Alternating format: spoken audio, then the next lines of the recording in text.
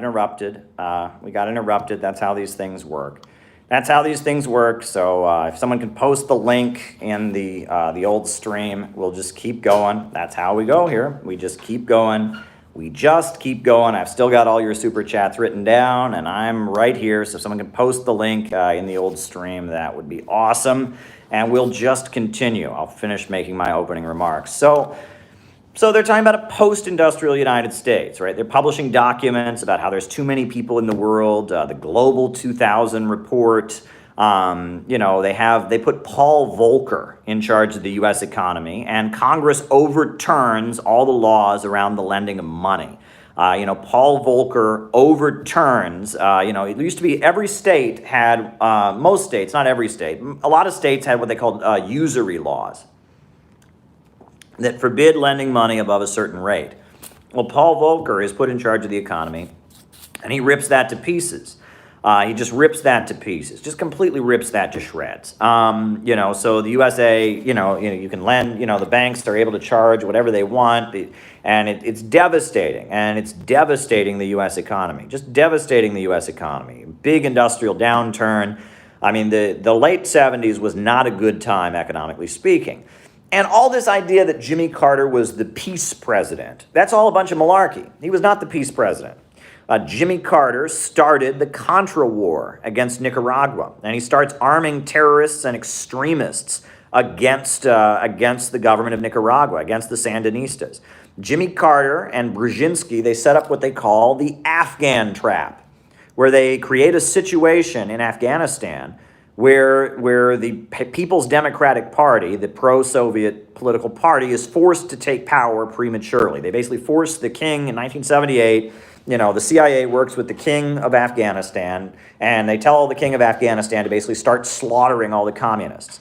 And so all the communists of Afghanistan are they're facing being killed, and they have a majority in the military. They're aligned, they're kind of neutral, but the Soviet Union has helped them somewhat. And so the People's Democratic Party of Afghanistan, they basically, they're forced to kind of have a military coup and take power, even though the population of Afghanistan isn't really with them. Most of the population of Afghanistan are rural folks who are deeply religious and conservative and don't agree with the People's Democratic Party. But the military, there's enough of a Soviet influence in the Afghan military. And then when the king of Afghanistan is going to kill the communists and is going to put them in jail or whatever, so they have no choice but to basically rise up. And so the People's Democratic Party of Afghanistan, the pro-Soviet, Marxist-Leninist party, takes power in Afghanistan, but they don't have mass support among the population.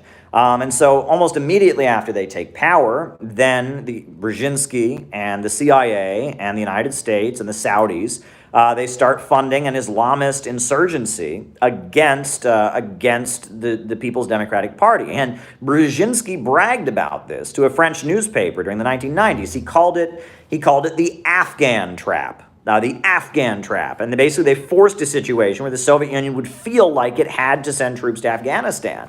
And the idea, according to Zbigniew Brzezinski, was to basically give the Soviet Union a Vietnam. And so, it was Jimmy Carter who started this war in Afghanistan. It didn't have to happen, right? The monarchy of Afghanistan was neutral. It was friendly to the United States and friendly to the Soviets. And it didn't have to happen. Did not have to happen, but it was Jimmy Carter and the Brzezinski, he called himself a student of Brzezinski, the Cold War strategist, Zbigniew Brzezinski of the Trilateral Commission. They basically maneuvered a situation where this horrendous war that killed, I think, almost 1 million people in Afghanistan took place. It's awful. So Jimmy Carter is not a peace president by any means. He is not a peace president. He's not a peace president.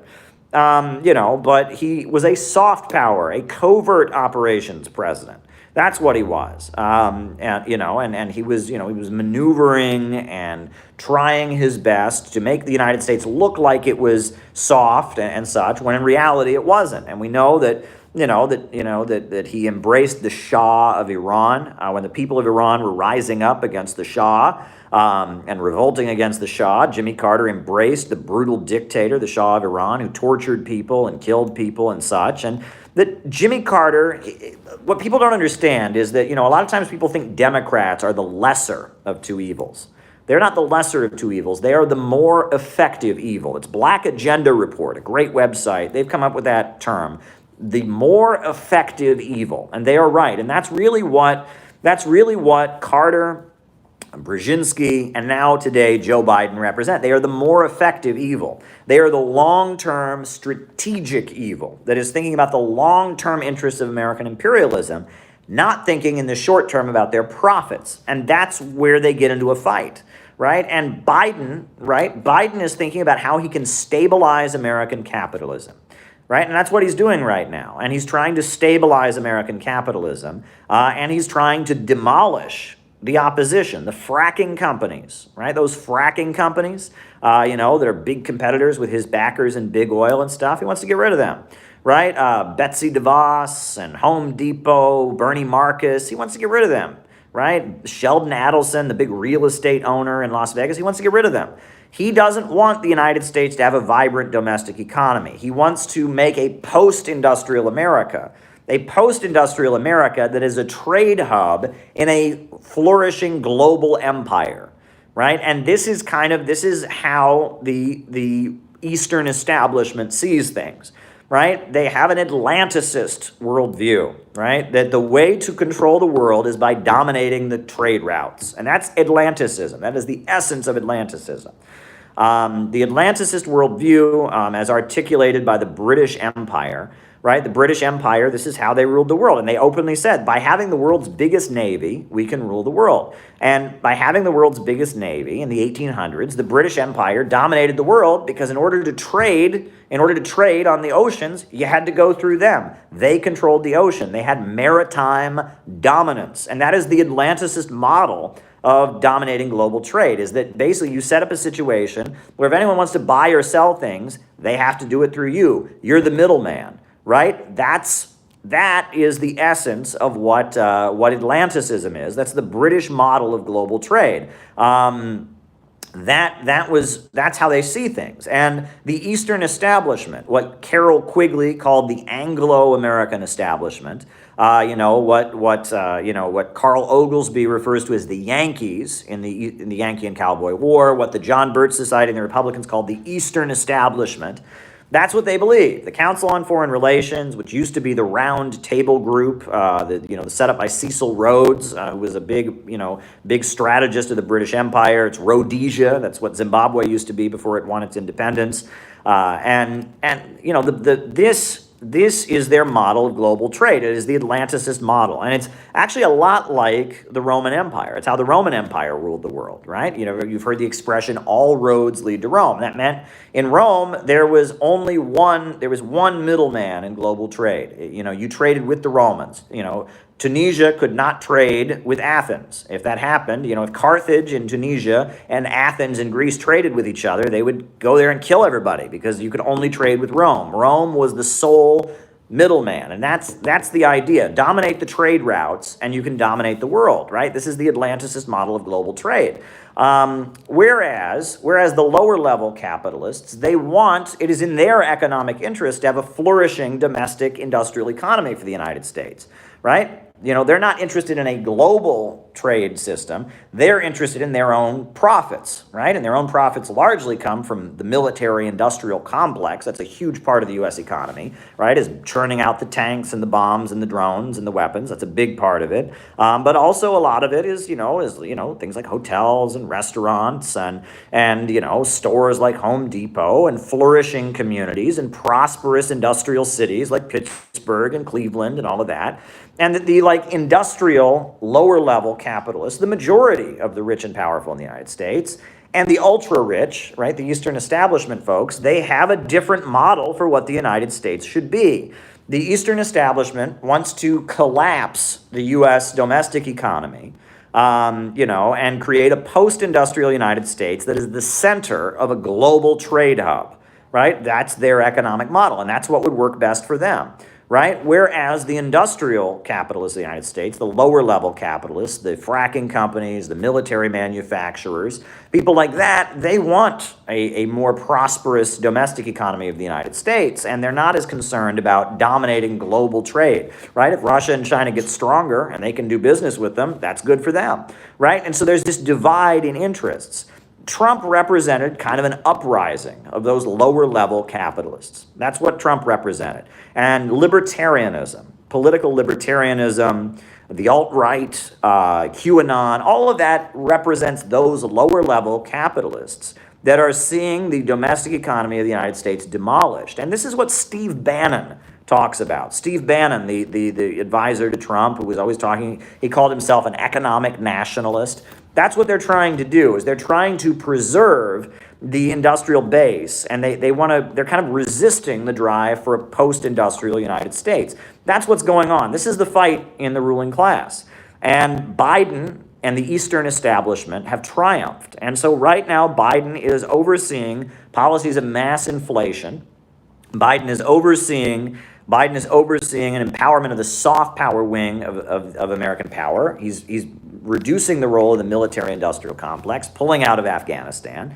And he's very much from that Zbigniew Brzezinski, Henry Kissinger, trilateral commission view. That's what's going on here. This is a fight in the ruling class, okay? And this strategy, this is what's going on. Tom Barrack, was lobbying for the United Arab Emirates. He was working with the Trump administration, and it seems like he's now being prosecuted. Are we still there? Are we still here? Oh, wow. I'm going to have to start the stream over again, but here we are. Thank goodness. Okay. So, here we are. Thank goodness. It was a glitch, but we're back. But anyway, so that's the fight going on within the American ruling class. That's the fight going on, right? This is the Yankee and Cowboy War. This is the fight between the Eastern establishment and the lower level capitalists. That's what's going on. Carter was very much that Eastern establishment, and Ronald Reagan was very much an uprising against Carter. Now, Reagan was forced to collaborate with the Bush family and with the neocon wing of the CIA. And there's a whole history there, and the neocons didn't particularly trust Reagan, and they didn't like Reagan. Reagan was a little bit too much of an industrial capitalist for them. But at the same time, he was willing to play ball with them. But Carter's policies, 1978, 1979, the U.S. economy was in free fall and collapsing, basically. I mean, we were entering a post-industrial country, and the United States was really, playing up the image. It was no longer a military power, while all around the world you had Brzezinski cultivating counter gangs like Osama bin Laden and the Contras. And very much, you had the Reagan presidency. Reagan came back in and he raised military spending. He, brought back some of that brash, unapologetic, I will not apologize for America. Reagan was very much kind of an insurgency by those lower level capitalists, much like Trump, except unlike Trump, Reagan played ball with the neocons, right? And Trump did to some extent or other too. But, the fact that Bush was the vice presidential running mate of Ronald Reagan, that's not what Reagan wanted. Reagan and Bush hated each other. The Bush family and the Reagan family hated each other. And during the presidential campaigns, Bush accused Reagan of, quote, voodoo economics. Do you remember this? Google the phrase voodoo, Bush Sr., he accused Bush of voodoo economics, right? And that was clear. And Bush had been CIA director. Bush is one of those Connecticut, New England old money families tied in with all kinds of wealth and power. And the Bush and the Reagan, folks, they didn't get along. And the Reagan administration was very much a compromise, right? It was the neocon faction of the Eastern establishment, kind of cooperating with this lower level insurgency after the policies of Carter had just failed. So we're seeing that again. Now Biden he's carrying out this policy, this economic demolition of the United States. He's trying to reduce the United States to be part of a global trading hub, in his global Atlanticist model.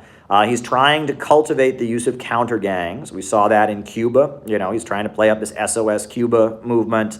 where, he's trying to, kind of, it appears he may be trying to foment some kind of Uyghur insurgency in China. He's making a big show of the United States pulling its troops out of Afghanistan. And so we're seeing this. This is the old fight in the ruling class. In my book on Kamala Harris, I talk about it. So I wanted to just share that with all of you. I just wanted to, use my opening remarks to kind of explain why we're seeing the inflation that we're seeing, why we're seeing SOS Cuba, and, you want to check out Oliver Stone's new movie because, Oliver Stone, it's pretty well understood that, that the removal of Kennedy, was because Kennedy was much more in with the Eastern establishment. Kennedy said that those who make peaceful revolution impossible make violent revolution inevitable. And he was very much about de-escalating the arms race. In one of his final speeches, he wanted to make the moon mission, the effort to reach the moon. He said that he wanted the USA and the Soviet Union to work together in the space program. Now, can you imagine how different history would be? But Kennedy was part of that Eastern establishment, right? He represented that kind of that Bonapartist current, New England old money, that realized that it wasn't going to work to have a big war in Vietnam, a big, massive military, escalation in Vietnam was going to hurt the interests of the United States. And he realized that, and he was in with the CIA kind of soft power strategy. And he made a big point of doing a lot of things, Kennedy did, to try and, pursue a strategy of détente with the USSR, to de-escalate the Cold War, and to try and defeat the USSR with soft power. One of the things that Kennedy did, which I think is interesting, and many people don't realize this, is so the movie Spartacus. Has anyone ever seen the movie Spartacus? It's a great movie with Kirk Douglas. I'm Spartacus. I'm Spartacus. I'm Spartacus. I'm Spartacus. I'm Spartacus. You ever see Spartacus? It's a good movie. It's a very good movie. But it's far more important than just the movie. So you have to remember McCarthyism. Anybody who had any relationship with the Communist Party or anything was kicked out of Hollywood. And there's a writer named Dalton Trumbo, and he's the only writer to have won a Best Screenplay award and not accepted it. There's only one Academy Award in the history of Hollywood that was won that no one accepted. And that's because he wrote a movie called The Brave One, and he wrote it under a fake name because he was blacklisted, and he wrote it for a very, very low-level, low-budget studio. And he won this award, and nobody accepted it because, he was a communist, and he wasn't allowed to accept awards. If they'd known it was actually him, then he would have been, in big trouble because he lied about who he was in order to write this movie. But the end of the 1950s, coming into the 60s, they're breaking up McCarthyism. So Dalton Trumbo, who's a Communist Party member, writes a movie called Spartacus. And it's based on a novel by Howard Fast. And Howard Fast is also a Communist Party member. And it's a left-wing movie. It's about a revolt of slaves in ancient Rome. It's a good movie. And of course, everyone is protesting this movie and saying this is communist propaganda. This guy's a communist. It's a movie about a revolt of slaves. We can't have this. We can't have this. But John F. Kennedy, he had already won the election. And John F. Kennedy went to the movie Spartacus. He went to the movie. And that was a big political statement. That was a huge political statement, right? And John F. Kennedy went to the movie Spartacus, a movie that was written by a communist. Why did he do it? He gave an interview, and he said, it's a fine picture, and we went to the movie. Why did he do this? It was soft power. He was sending a message to the Soviet Union, right? It was to all the writers and all the scientists in the Soviet Union who felt like they were suppressed. Look, they said, in the Soviet Union, if you don't have a movie that's not in line with the Communist Party point of view, why it's not allowed to be made. But look, here in the United States, we have a movie written by a communist, and we're going to show it in our movie theaters. And that shows that America is much more friendly and much more free, blah, blah, blah, blah, blah. That was soft power, right? Having a Hollywood movie made by a communist, having the president-elect go to the movie, that was about sending a message to the people the USA was trying to court and manipulate to bring down the USSR. The college professors, the writers, the artists, the engineers, the scientists, right? And it was courting that middle strata. that middle strata, the intellectuals of the USSR, that was very key to bringing down the USSR. And Kennedy, his thing was he was going to de-escalate the arms race, but cultivate a relationship with those folks, with those intellectuals that could eventually carry out a color revolution. He was in with that Brzezinski crowd. And he said the more we escalate the arms race, that makes kind of a rally around the flag effect in the Soviet Union. It kind of strengthens the Soviet system. But we'll de-escalate it. We'll make the USA look like Mr. Nice Guy. And then we'll start courting those lower level, intellectuals, scientists, writers, filmmakers in the USSR. Get them to think America is a happy, fun land of freedom and Beatles music and blue jeans. And we can manipulate them to overthrow the USSR. And the problem was that the military-industrial complex, the U.S. economy revolves around war. They weren't going to have it, right? The people who make money from the tanks and the bombs and the guns and all of that, they weren't going to go. They wanted a war in Vietnam. They were going to have a war in Vietnam. And they were going to escalate the war in Vietnam. And, the Eastern establishment, they had a different strategy for fighting the communists. That was that, and that was that, So, Kennedy was basically killed because there was a fight in the ruling class. And if you look at it, at the end of the day, Kennedy was killed. The USA did escalate into Vietnam. The USA got defeated in Vietnam. Nixon came into power. He escalated the Vietnam War, hoping that they could win. And after escalating it with mass bombing, it was still clear the United States wasn't going to win, so then Nixon withdrew from Vietnam. And he took some very dramatic measures to try and, fix the U.S. economy, price controls, wage controls. Nixon lowered the voting age to 18. Mr. Rogers. I'm going to write that down. He lowered the voting age to 18. He created the Environmental Protection Agency, and he took a lot of Bonapartist moves to try and stabilize American capitalism. And he also told the FBI, the FBI, he said, go get them, Tiger. Go get the Black Panthers. Go get the Black Liberation Movement. Now, someone I used to work for, and I had the honor of working with, former U.S. Attorney General Ramsey Clark. He had been Lyndon Johnson's Attorney General. And before Nixon came in, Lyndon Johnson's administration had been trying to hold back J. Edgar Hoover, right? J. Edgar Hoover wanted to destroy the Black Panthers, wanted to destroy Dr. Martin Luther King, wanted to just get rid of the Black freedom struggle. But Lyndon Johnson and Ramsey Clark, they were trying to have it both ways. They allowed COINTELPRO to go on, but they were trying to hold it back, Ramsey Clark refused to let the phone of Kwame Ture, Stokely Carmichael be tapped. And it was widely condemned in the press. How dare they not let the FBI record the phone calls of this Black revolutionary activist? And Ramsey Clark, and I've found audio recordings of Ramsey Clark, of him, talking to Lyndon Johnson about J. Edgar Hoover and how J. Edgar Hoover's a problem and J. Edgar Hoover's threatening everybody. But after Ramsey Clark was fired, Richard Nixon said, he said, the first thing I do when I get elected is fire Ramsey Clark. Well, Lyndon Johnson was out, Nixon was in, he fired Ramsey Clark, and then Nixon went to J. Edgar Hoover and he said, get him. And they did. The killing of Fred Hampton, all kinds of just all-out war, and they crushed the Black Panther Party. The USA went all in Vietnam, killed millions of people with these massive bombing campaigns in North Vietnam, destroying whole cities and villages, just ruthless, But the Vietnamese still kept fighting them. And at that point, Nixon withdrew from Vietnam. And then Nixon, he enacted wage controls and price controls to try and stabilize the U.S. economy. At that point, the crisis ended, right? The big uprising among the Black community was de-escalating. The war was over, so students weren't in the streets protesting the Vietnam War anymore, and the USA was pulling out of Vietnam. And the Nixon administration was very successful in what they were supposed to do. There was a political crisis in 1968. There was a political crisis.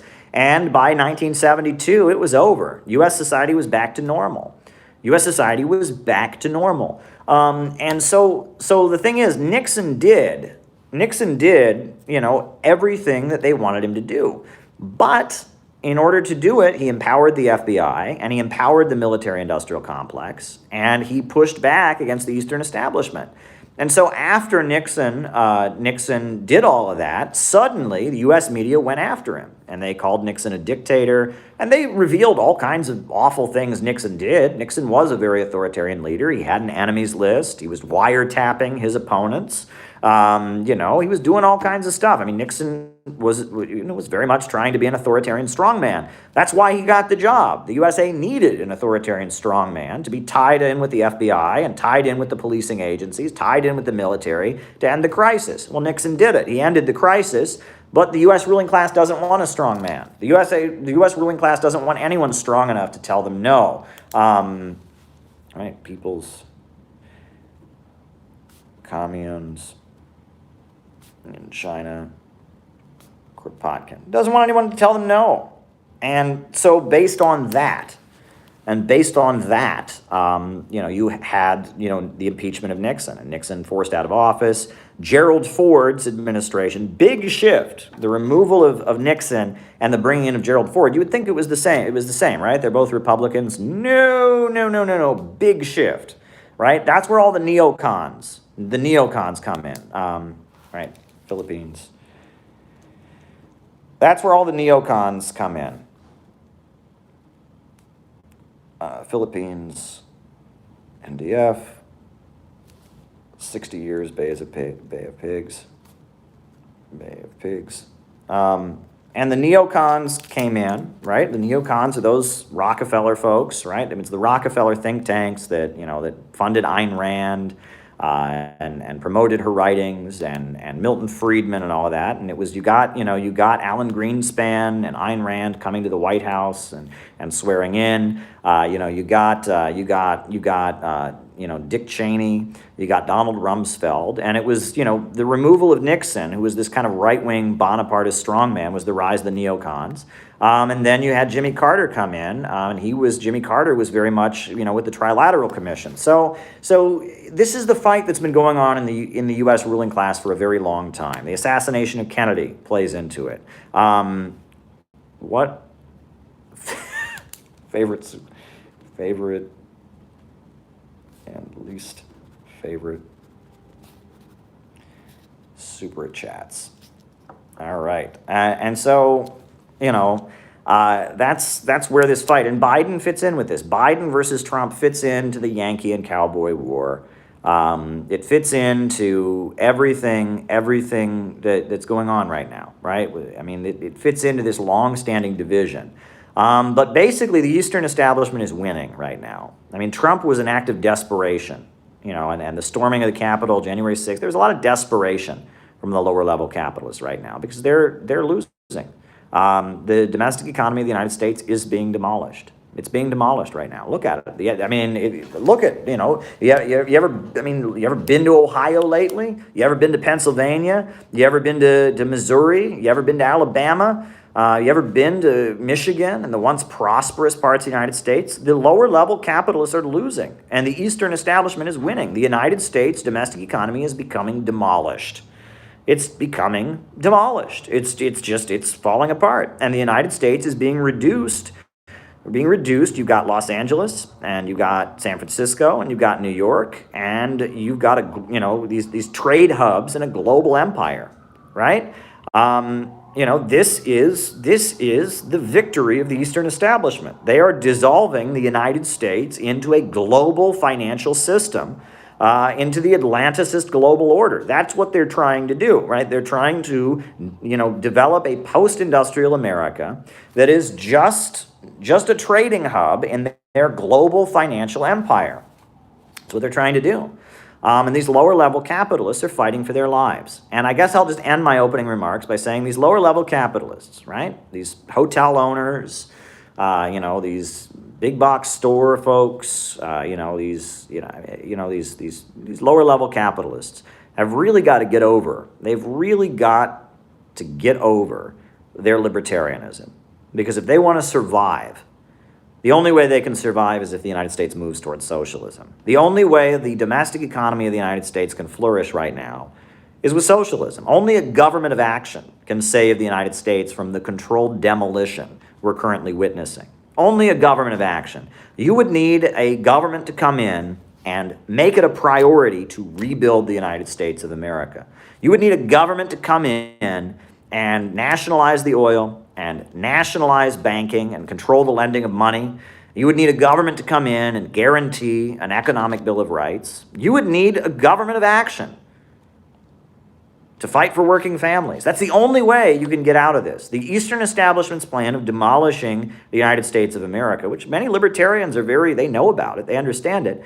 It's not going to be solved by getting the government out. It's not going to be solved by, just, free market policies. No, my friend. That's not going to do it, right? The natural workings of the capitalist system are only going to make things worse. The only way that lower-level capitalists can flourish is if the upper-level capitalists are subdued by a government of action. If the means of production, the major centers of economic power, are operated to serve public good and not profits, with a 5-year economic plan, with a socialist program of state mobilization of development, you could see an economy where American hotels and American stores and American businesses and roads would flourish. You could see that. But with the way things are now, libertarian policies are only going to make things worse, and the Eastern establishment is only going to make things worse. Really, the only way you can have a flourishing America is you'd have to have something like what the Sandinistas have done in Nicaragua. You'd have to have something like what Putin has done in Russia. You'd have to have something like what China has been doing with Xi Jinping and socialism with Chinese characteristics. You would need the state to control strategic parts of the economy, like natural resources, like the lending of money, and mobilize and force the revival of the domestic economy. That's the only way you can get out of this mess. You need rational central planning of the economy to get us out of this disaster, right? The controlled demolition of the United States by the Eastern establishment can only be reversed by popular will, popular power. The means of production must be organized to serve public good. Only popular will forcing itself onto the economy can get us out of this mess. We cannot get out of this mess with libertarianism.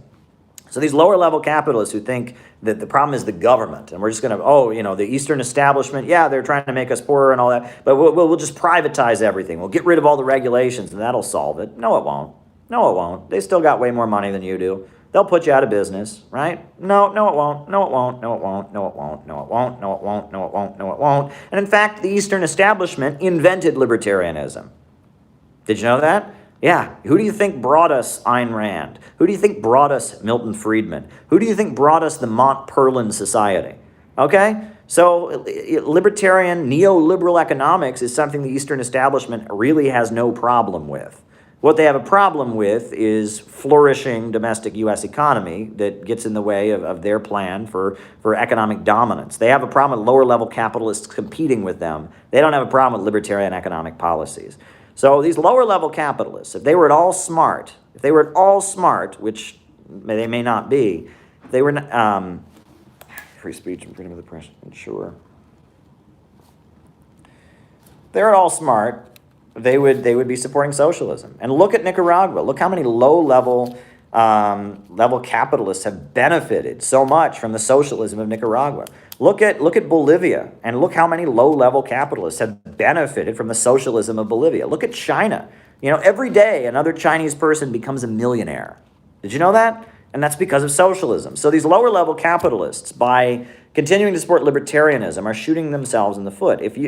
As weird as this seems, if you're a low-level capitalist, if you're one of the low-level capitalists who's supporting Donald Trump, you're supporting your own demolition. You should be supporting socialism. The best thing for these low-level capitalists right now would be an American Hugo Chavez, or an American Daniel Ortega, or an American Saddam Hussein, or an American Gaddafi, or an American Xi Jinping, or an American Putin, right? That would be the best. That's the only hope these low-level capitalists have. That's really the only hope. I mean, these low-level capitalists need there to be a flourishing domestic economy of the United States. That's what they need.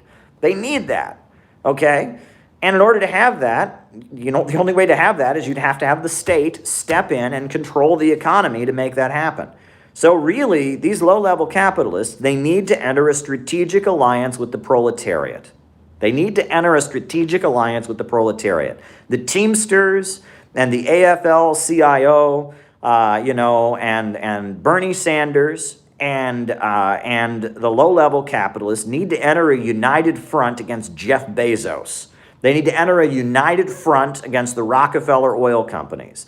They need to enter a united front against the Eastern establishment and the ultra-rich and their globalist economy. They need to enter in a united front with the working class. No more libertarianism, no more privatize everything, no more hating China and thinking everyone's a communist. The only hope these lower-level capitalists have, the only hope they have at the end of the day is to enter a strategic alliance with the proletariat and hope for a socialist economy to stabilize things.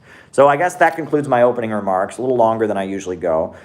But, why don't we do our roll call, and then I'll answer these super chats. Got a lot of super chats to get through, and then we're done. So roll call, names and locations. Who's with us today? Names and locations. Who's with us? Names and locations. Names and locations. Who is with us today?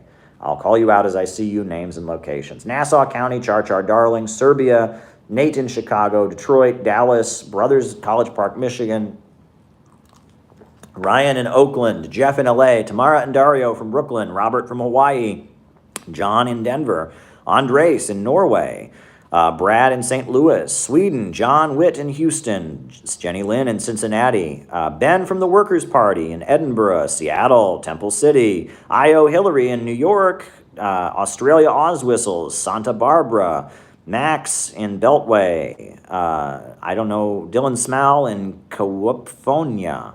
All right, Milos from Poland, JT24 in Mississippi, Kansas City, Missouri, Balthazar in Oakland, Netherlands, Mitchell, Vinicius in Brazil, New Jersey, England, Los Angeles, Leipzig, East Germany. Oh, thank goodness. All right, Billy Kane in Gateshead, England, Maine, USA, Piano Man, Albanian Bunker, Queen and Meredith in Eatonville, Washington, Pomona, California, Greece, West Virginia, Aberdeen, Scotland, New York City, Michigan, Salt Lake City, Dylan Smal, Tampa, Florida, USA, Texas, Kieran from San Diego, Madison, Wisconsin, Hawaii, Elias from Finland, California, Carlos, Sweden, Christian in North New Jersey, Santiago de Chile, Benjamin, locked down Adelaide, Australia, Mo in Toronto, Nigeria, Space City. Wow, this is great. Alan from Mechanicsville, Virginia, Tristan in Maryland, Edith from Los Angeles, Cleveland, Pirate Alex, Marta in Poland, Anthony in Detroit, Mohsen from Iran, Riverside County, California. Wow. Wow, folks. All right, Corona, California, Space Communist. There you go. All right, Sergey from Arkansas. Welcome, Sergey. All right, folks. Now, I will start answering the Super Chat questions. Kendall in San Diego, Ozzy in Chile, Brian from London. All right, I'm going to start answering the Super Chat questions. First Super Chat question, U.S. government UFO footage. The UFO stuff has been going on for a long time. All that UFO means is unidentified flying object. It just means there's something in the sky. We don't know what it is. That's all it means. That's all it means. So, the aliens, the fact that we all think of the aliens when we hear UFOs, that's very effective because then we all laugh. But there's probably military programs going on that we're not aware of. And there's probably all kinds of stuff that the government is doing behind our backs that's classified that we don't know about. And it's possible that unidentified flying objects are part of that. I'm not convinced they're space aliens, and if you're, the fact that we all think aliens as soon as we hear UFOs is genius, because that's one way to make sure that no one ever thinks about it, right? If you're like, hey, what are all these things people are seeing in the sky? Is our government up to something shady? And people go, oh, I bet it's little green men. That's a way to make sure everyone shuts up. I think there's all kinds of military programs, drone research, surveillance, stuff. There's all kinds of stuff the government's doing behind our backs.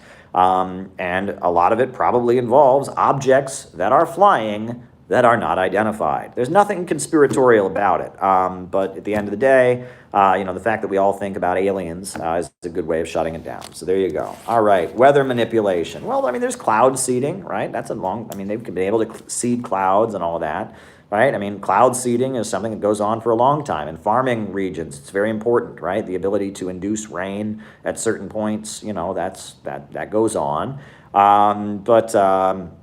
At the same time, I mean, beyond that, I don't think there's very much weather manipulation. I mean, the idea that there's some kind of like vast weather manipulation program, I think that's some tinfoil hat kind of stuff, so I don't go there. But yeah, cloud seeding, that goes on. And climate change is a reality. I think climate change is a reality. So there you go. Next question, literature and poetry and socialism. It will take off, right? Art and human creativity will vastly expand. The Soviet Union during the 1930s led the world in book production. Did you know that? The Soviet Union was much poorer than the rest of the world. It's much poorer than the rest of the world, much lower level of economic development, but they made such a point of having an intellectual flourishing of their population. They sold more books they printed more books than any other country in the world. And that in a socialist society, it will be necessary to have writers and poets, and they will play a role, and they will be unleashed. More people will have free time. More people will take these things up. I think, I'll tell you, it's interesting. I remember when I went to Iran, which is, an anti-imperialist country, much lower level of development than the United States. But remember in Iran, they have a special program to preserve their language, Farsi, right? Which is, it's the Iranian language, Farsi or Persian. They pay young people to write novels in the Persian language. And they have festivals where these young people get paid by the government to write in the Persian language, share their novels with each other. It's beautiful. It's beautiful. And I think there will be a lot of opportunities for people to become writers. The ability for people to become writers and intellectuals, art will be far less commercialized in socialism.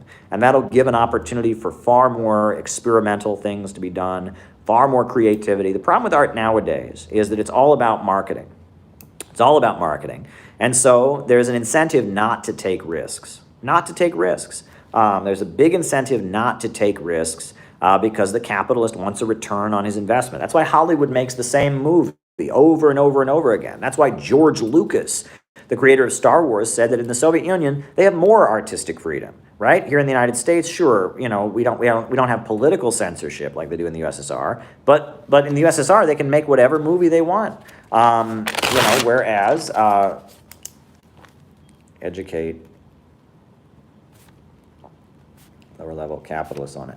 Whereas in the United States, if you're making a movie with a Hollywood studio, they're going to be so desperate to make a movie, they're going to tell you exactly how to film this, how to film that. It'll have this kind of character, it'll have this, whereas, in the Soviet Union, you don't make an anti-communist film, you don't make a film that's against the Soviet government or whatever, you can make whatever you want, right? And the director has much more artistic freedom in an atmosphere where it's not commercialized.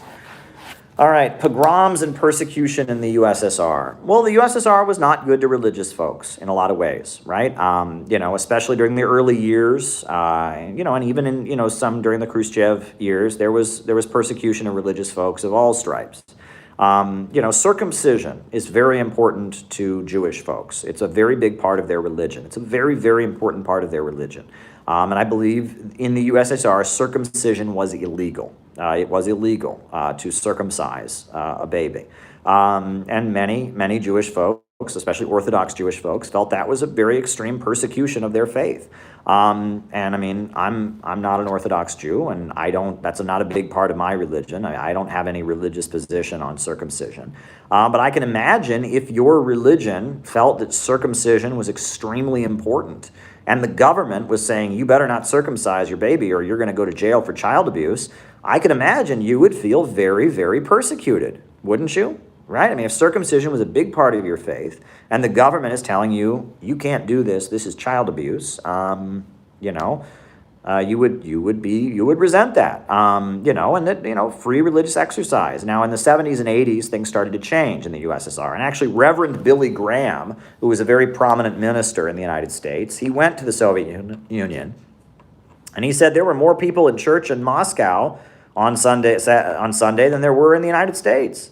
And that he said that, look, that there are lots of Christians in the USSR openly practicing their faith. In the 80s, that was true. And he was persecuted in the US media for saying that. It was like, oh my God, how dare he say that? Well, but it was true, though. In the 80s, the Orthodox Church was back, and there was a lot of Christianity being practiced in the USSR. So, but the USSR wasn't good to Muslims either. I've heard stuff about forcing people to raise pigs in Muslim areas. I've heard, look, the USSR screwed up. Like their relationship with religion was not good. It was not good, right? They were not good to religious folks, and that was a huge mistake. A huge mistake. And if you look at socialism around the world today tends to be quite religious. In Nicaragua, the official slogan of the government is Christianity, socialism, and solidarity. They even have Christianity in the preamble of their constitution. They talk about the Bible, right? Hugo Chavez was a Christian. Maduro is a Christian, right? Evo Morales is a Christian. Fidel Castro, he went and did confession with the Pope in the final years of his life and brought Christianity back to Cuba. Ba'athist Arab socialism in Syria embraces Islam.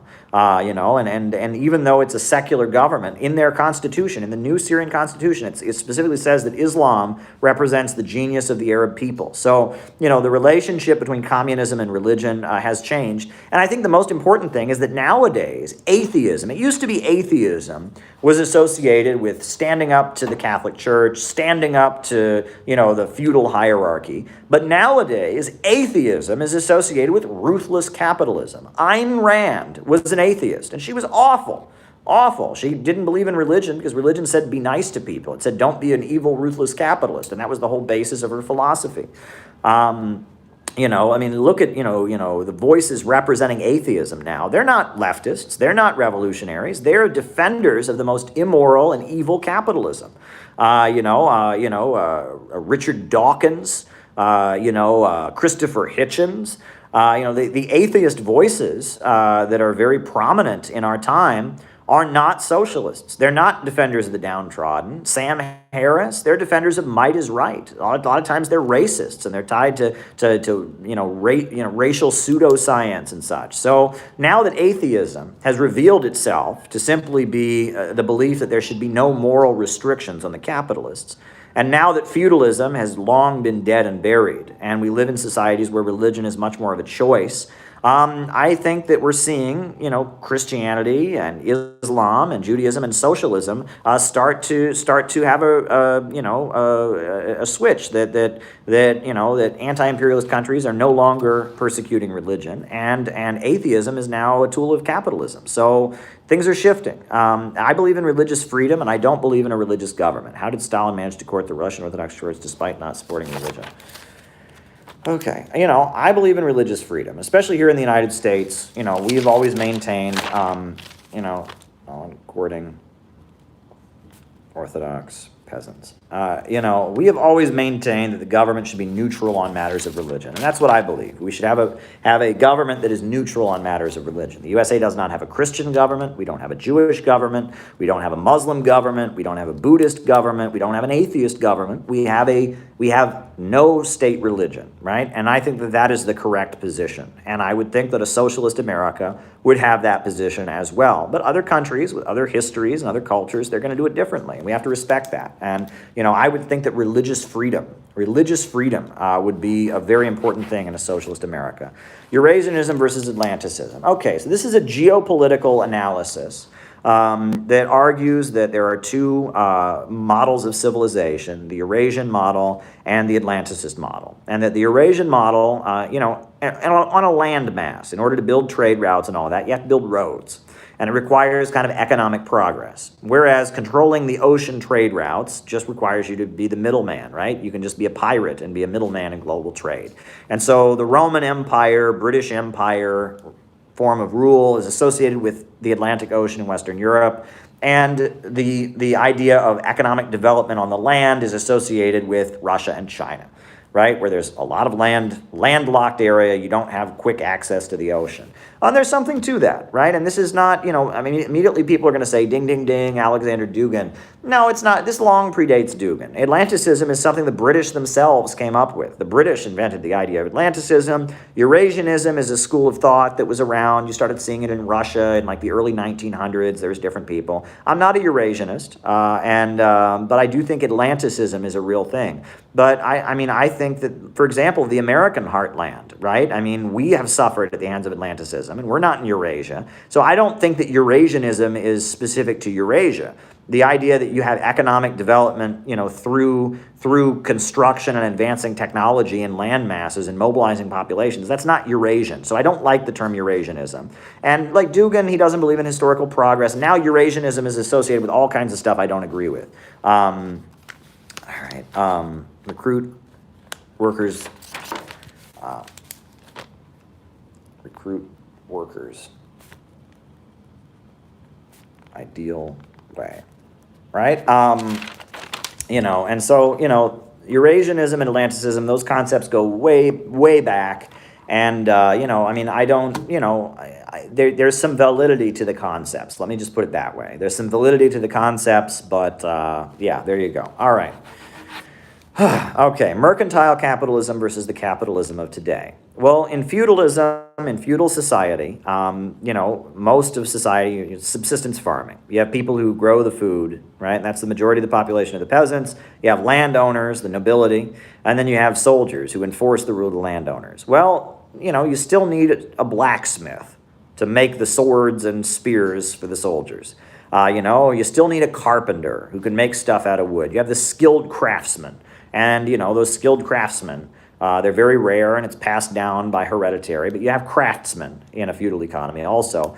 And then you start to have people who travel around, and that's the origin of the Silk Road, right? And Marco Polo and the rise of the Silk Road, that was about importing and exporting products. You have traders, people who go from land to land, merchants and traders. They go from place to place in feudalism, buying and selling products, the merchants. And that was the origin of the capitalist class. It was originally the mercantile class. It was just like you had a carpenter, just like you had a pipe fitter, just like you had a blacksmith. Well, you had a merchant. And it was a guy who went from kingdom to kingdom, from nation to nation, selling goods. And he brought silk from Asia, and he's making profits. In order to do it, he has to sustain himself. He can't just, he has to make something to sustain himself as he's doing it. And that was the origin of the capitalist class, was the mercantile class. And it was this particular trade in feudalism. You had a merchant. And that's very different than modern capitalism, where, eventually you have industry, right? And industry is very different than mercantile capitalism. The mercantile capitalist brings products from here to there.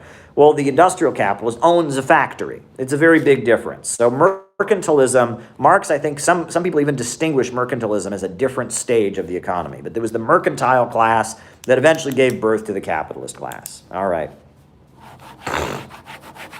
In 1979, did the USA think China would eventually go to capitalism? Yes, it did. And in fact, China was like fully aligned with the United States at that point.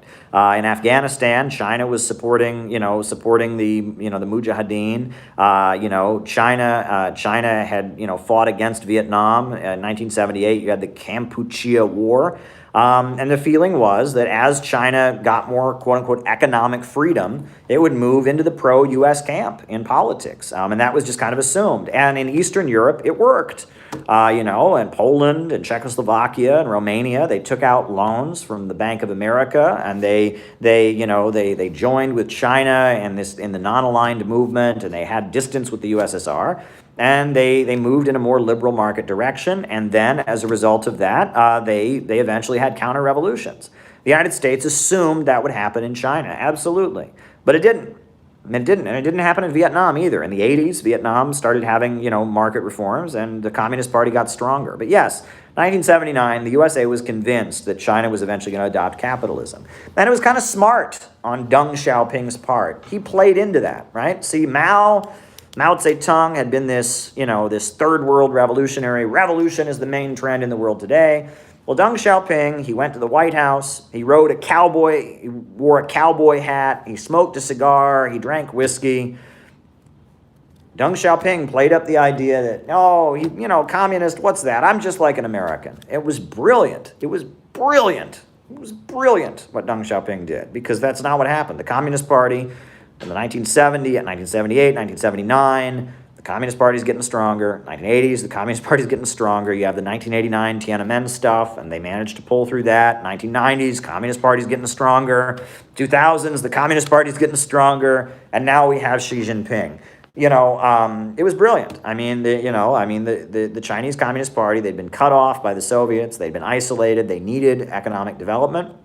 And so they said, okay, we're not going to get support from the socialist countries of the world. Let's pivot to getting support from the United States. Let's get foreign investment from the United States. And the United States assumed, if you have if you have a market zone, eventually that market zone will overtake your communist government. Oopsie daisy, oopsie daisy. And Deng Xiaoping was brilliant. He used the strengths of capitalism to strengthen socialism. And you go read Deng Xiaoping's writings. Read what Deng Xiaoping wrote for himself. I quote it in City Builders and Vandals, and We Are City Builders. Read Deng Xiaoping's Marxist understanding. Deng Xiaoping understood one of the most essential parts of Marxism, that hierarchy and class society is rooted in scarcity. And the road to an egalitarian society is with material abundance. He learned that from the Cultural Revolution. In the Cultural Revolution in China, they tried to build a pure communist egalitarian society on the basis of poverty and scarcity, and it didn't work.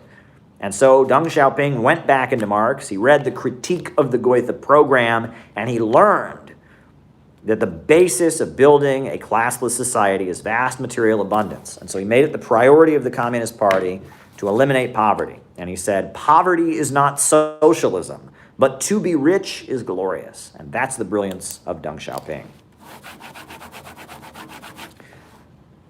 So there you go. All right, China-Syria meeting. I don't know about this latest China-Syria meeting. What I will tell you is that China and Syria are close. At the time that the civil war, started in Syria, China was already working with Syria to develop their natural gas industry. And the Ba'ath Socialist government of Syria and the Communist Party-led government of China have a long-standing relationship. China also has relations with Israel, though. Let's remember that. China's general approach is that they try not to take sides in global conflicts. They want to do business with everybody and help economic development to lay the basis for getting rid of oppressive relations. That's one of the main points the Chinese communists make. The root of terrorism, the root of drug gangs, the root of instability in the world, the root of disease, the root of malnutrition, it's poverty. The road out of all the things that all progressive people want to get rid of is economic development. Development is the answer. We need to raise people up out of poverty. And the road to development, ultimately, the only way you can have real long-term development is to have the means of production function rationally, not according to the illogic of the market. You need a rationally planned economy to have unlimited economic growth. And China knows that. China knows that. China will work with any government to create economic development. And that's generally their policy. All right. Rosa Luxemburg, Theory and Practice. Well, Rosa Luxemburg's writing is very good. I mean, she wrote about the mass strike and the analysis of having a strike that's not just in an individual workplace, but like a general strike where a whole city goes on strike. She ripped to shreds Edward Bernstein in her pamphlet, Reform or Revolution. An amazing pamphlet, just ripping to shreds this idea that, that Western capitalism just kind of naturally turns into socialism. She wrote a very, very, very, very important pamphlet about World War I in Germany, and she was put into prison for writing it. It's called the Junius Pamphlet, it's called. And it was about why World War I was not in the interest of the German workers, why German workers should not fight in World War I. And it was illegal to publish that pamphlet. But she wrote this pamphlet, the Junius Pamphlet, and she distributed it all over Germany. And it makes very clear arguments about why, World War I is not in the interest of the German working people. And she was thrown into prison for writing it. At the end of World War I, there was an uprising. During the end of World War I, She formed an organization called Spartacus Bund, which was a revolutionary Marxist group. And there's a beautiful manifesto that Rosa Luxemburg wrote called What the Spartacus League Wants. And it is one of the most fiery, exciting manifestos I've ever read. Go read What the Spartacus League Wants by Rosa Luxemburg. That is some powerful writing. That was a woman who knew how to stir people up and agitate. She was an economic analyst. She understood the economics of capitalism. She understood World War I and why it had to be opposed. She understood the science of the mass strike. I have a lot of admiration for Rosa Luxemburg. She was a great thinker. I disagree with her on the national question, right? She said that all nationalism was inherently reactionary. Lenin said that no, when people in the developing world and the colonized world are fighting for their independence, as a nation, that can be progressive. So we disagree on that point. But overall, Rosa Luxemburg is an intellectual giant.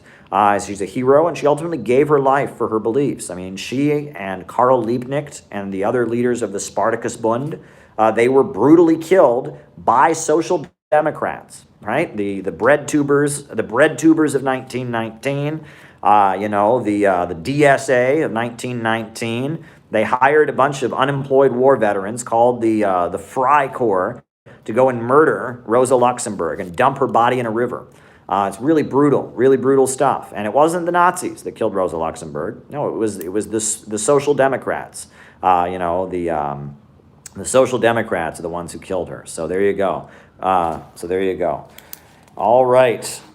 Neo-Nazi dog whistles and favorite films. Well, look, the thing is, if you want to know what neo-Nazi dog whistles are, I'll say, so first of all, what's a dog whistle? Let's just talk about that. What's a dog whistle, right? Anyone who, there's certain whistles you can get, and if you blow on them, it doesn't make any noise to you. It just goes, we just hear air. But dogs, you blow that whistle, they jump, because they hear at different frequencies than we do. That's what dog whistle refers to, right? That the idea is when you say something, other people don't hear it,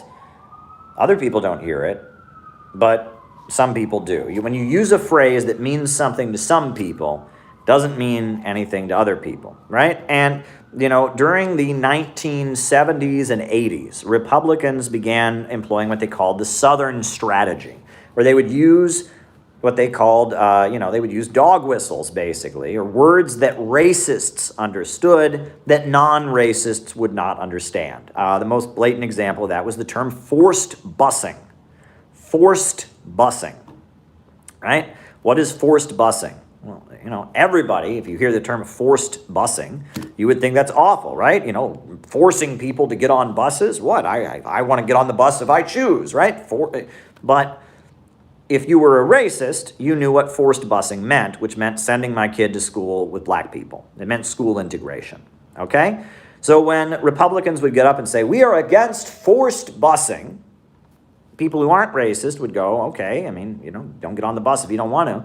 And racists would go, that's my guy. He's going to make sure my kids don't have to go to school with black people, right? That's a dog whistle.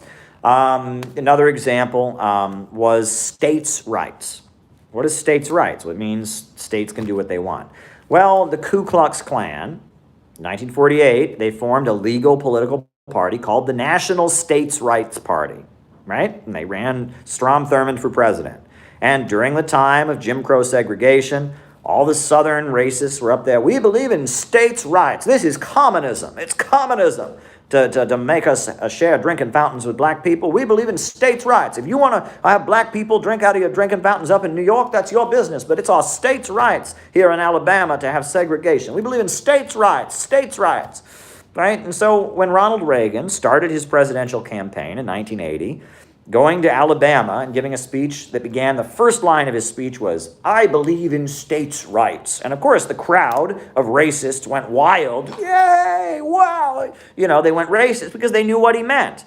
But to people in the North, they're like, okay, he believes in states' rights. He doesn't want the federal government out of control. See, and that's dog whistling. So that's what dog whistling is, okay? So we just established what dog whistling is, right? It's when you use words that mean one thing to some people but means something else to somebody else, right? And that modern politics, it's not just racist. Modern politics is full of dog whistling, right? How can you get credit for saying something without actually saying it? How can you get credit for saying something without the blowback of saying it? right? That's basically the art of it. Hillary Clinton got up there and she said, I oppose systemic racism. What does that mean? Anybody would oppose systemic racism, right? I mean, anyone who's not a racist would say, well, wow, if there's racism and it's systemic, that's bad. But when Hillary Clinton got up there and said, I oppose systemic racism, all the, Judith Butler and internet, SJW types went, oh my God, yeah, she used our word. And, she got credit. She got credit for, pleasing the internet SJW crowd. But she didn't actually put forward any policies. I'm very happy about my previous super chat, thanks. She didn't get credit, she didn't get any blowback for doing that. She just, and that's what a dog whistle is, okay? That's what a dog whistle is. So what are Nazi dog whistles? Nazi dog whistles are basically, and now there's this paranoia that's been created on the right, or on the left, where it's like everything's a dog whistle, right? I watch these videos of people who don't like me. I don't know why I torture myself. But I watch videos and they sit there with my book and they'll say, he said Silicon Valley. That's a dog whistle. No, it's not. Silicon Valley is not a dog whistle. Silicon Valley refers to the tech giant corporations that are a very, very, very big part of our economy.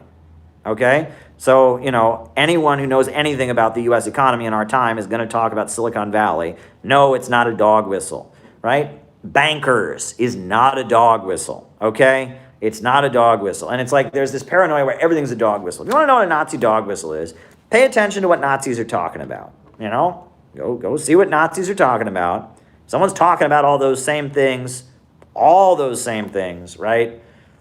That you can do that. But if people are making completely different arguments, people are explaining completely different concepts, these people are so stupid, okay? Let me just tell you, BreadTube is cultivating a group of people to be so stupid they can't tell the difference between David Duke and Jimmy Dore. Jimmy Dore is an amazing, peace-loving comedian who wants peace. He's a progressive. He's an anti-imperialist. Jimmy Dore, that's Jimmy Dore. David Duke is a white nationalist who believes in anti-Semitic conspiracy theories and says the Holocaust didn't happen. There's like a million miles of difference between the two people. You couldn't think of two individuals that are further apart than those two. But BreadTubers are so stupid, they're so brain damaged, they can't tell the difference. And that's why I wrote the book, BreadTube Serves Imperialism. And that's why I'm doubling down and I'm going to war with BreadTube. That's why I'm fighting against BreadTube. I'm not just, ignoring them or whatever. No, these people are evil. They're evil. They're evil, right? We've already got an atmosphere where people in the United States think it's okay to beat up and murder people who talk like David Duke. Now, I think we should argue with people who talk like David Duke. If people start doing things like murdering people and all that, that's a different story. But I think right now, people who talk like David Duke need to be debated and argued with. I don't want to escalate to an armed confrontation. That's one thing, okay? But, I want to argue with David Duke type people. I don't want to murder them. I want to argue with them. BreadTube wants violence. But not only does BreadTube want violence with David Duke-like people, it wants violence with people like Jimmy Dore. And it's trying to brainwash millions of people into thinking that, if Jimmy Dore says that Bashar Assad, might not be guilty of a chemical weapons attack, that's the same as David Duke saying the Holocaust didn't happen. So therefore, we should beat up and murder Jimmy Dore. Therefore, we should beat up and murder Caleb and his family. And that we should go beat up and that's what these people think. And if you think that's okay, they're trying to cultivate a mindset that can't tell the difference between any questioning of the status quo and neo-Nazism. If you don't think that's dangerous, I don't know what you're doing. And this dog whistle obsession, this dog whistle obsession, right, is very, very, very dangerous. Very, very dangerous. The dog whistle, everything's a dog whistle, everyone's a secret Nazi. It's extremely dangerous. It's extremely dangerous, right? And we need to stand up to this. Dog whistles are real. There are dog whistles. And honestly, there's dog whistles like Donald Trump's speeches were dog whistles to about 25 different groups. Biden dog whistles to about 75 different groups every time he talks. That's what politicians nowadays, that's like the art of modern politics. There's so much diversity of thought nowadays. There's so many different constituencies that politicians are always getting up. Politicians are always getting up, and every political speech you listen to practically is full of dog whistles, because no politician can line up exactly with every group, and so they have to learn the art of pleasing different people by saying different things. So there you go. All right. All righty. There you go. All righty.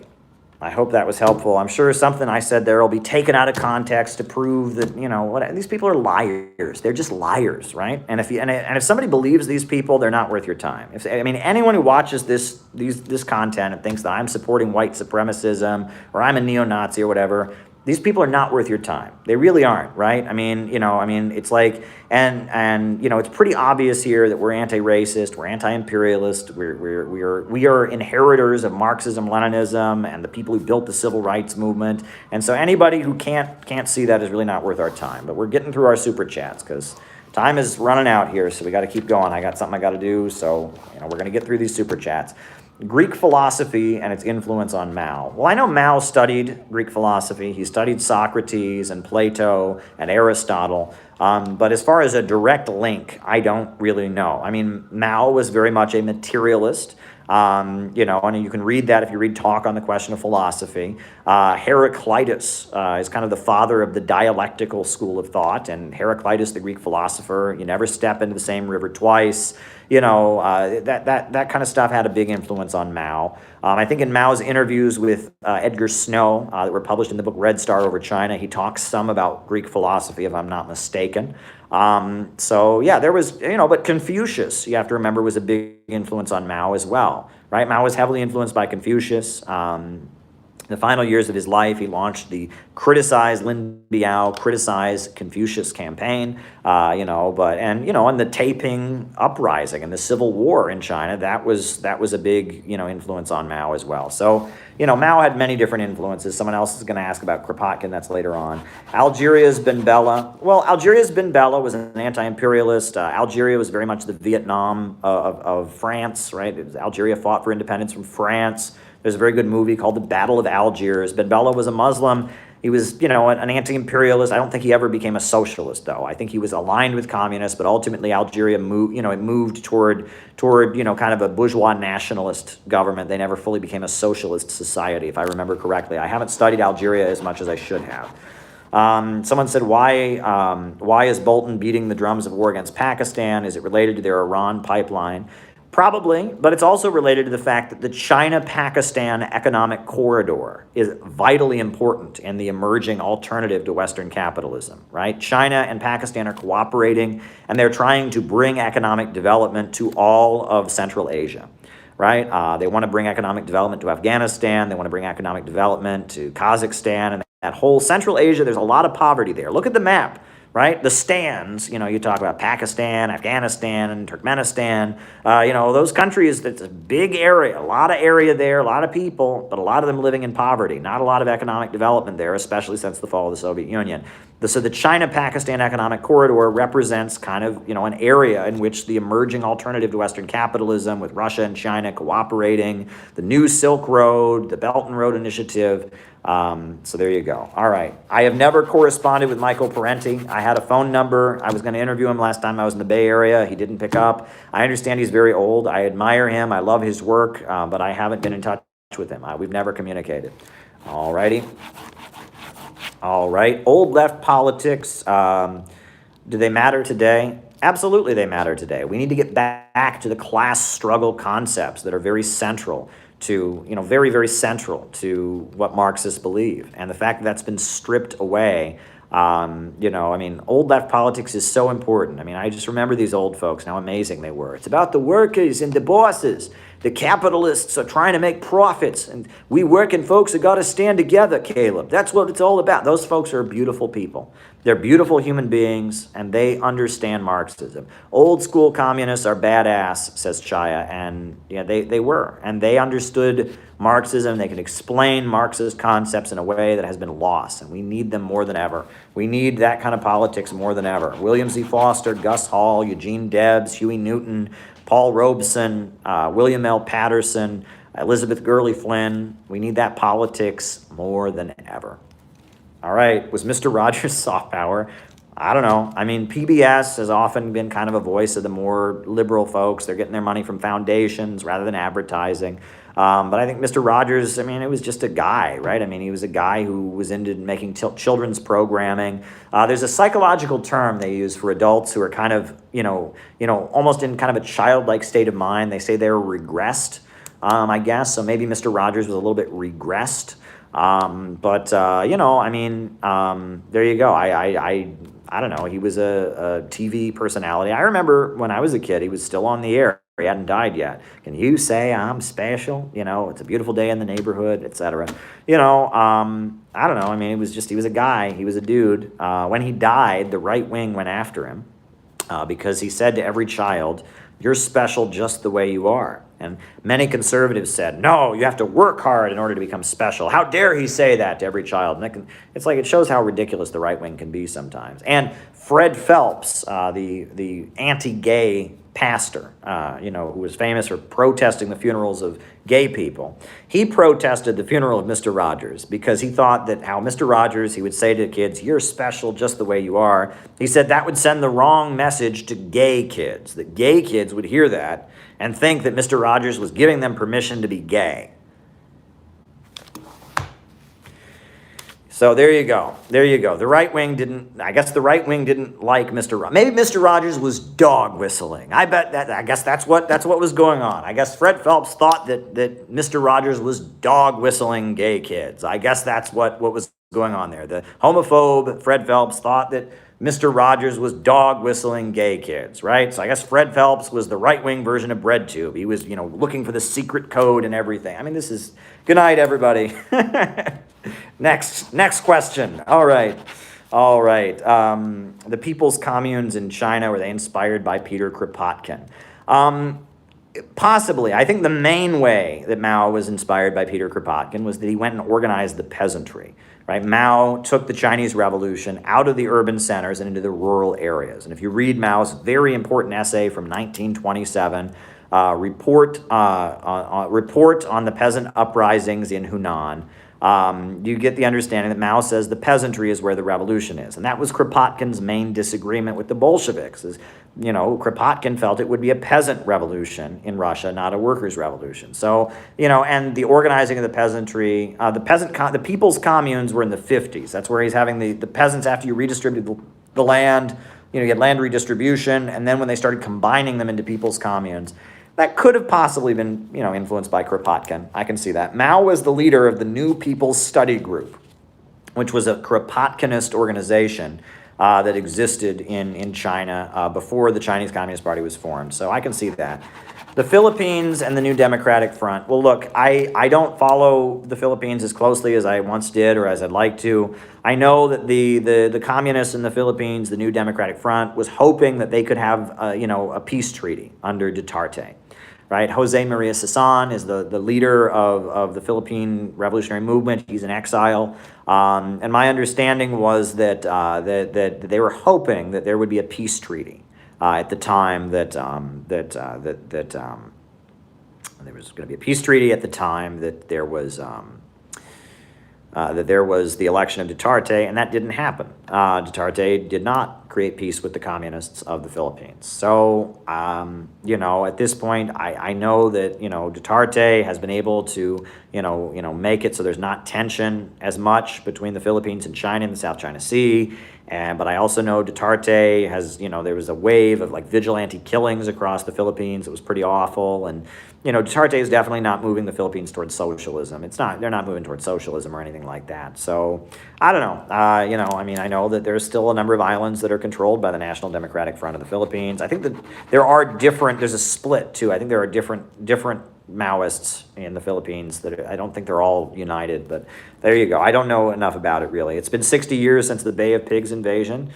Yeah, the United States, the U.S. imperialists tried to overthrow the Cuban government, and it flopped. It completely flopped, and they were defeated. And what's amazing about the Bay of Pigs incident is that Cuba's literacy program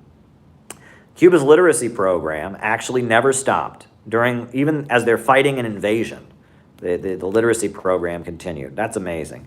Favorite and least favorite kinds of super chats. My favorite kinds of super chats are ones that ask me about something I know and give me the ability to give an answer that really educates my audience, right? That enable me to kind of put forward a truth or an answer that people are not aware of. My least favorite kind of super chats are when someone super chats me, hey, what do you think of? And it's some concept I've never heard of. And I always feel really bad when I get one of those because the person paid good money for that super chat. And they're like, hey, Caleb, what do you think of?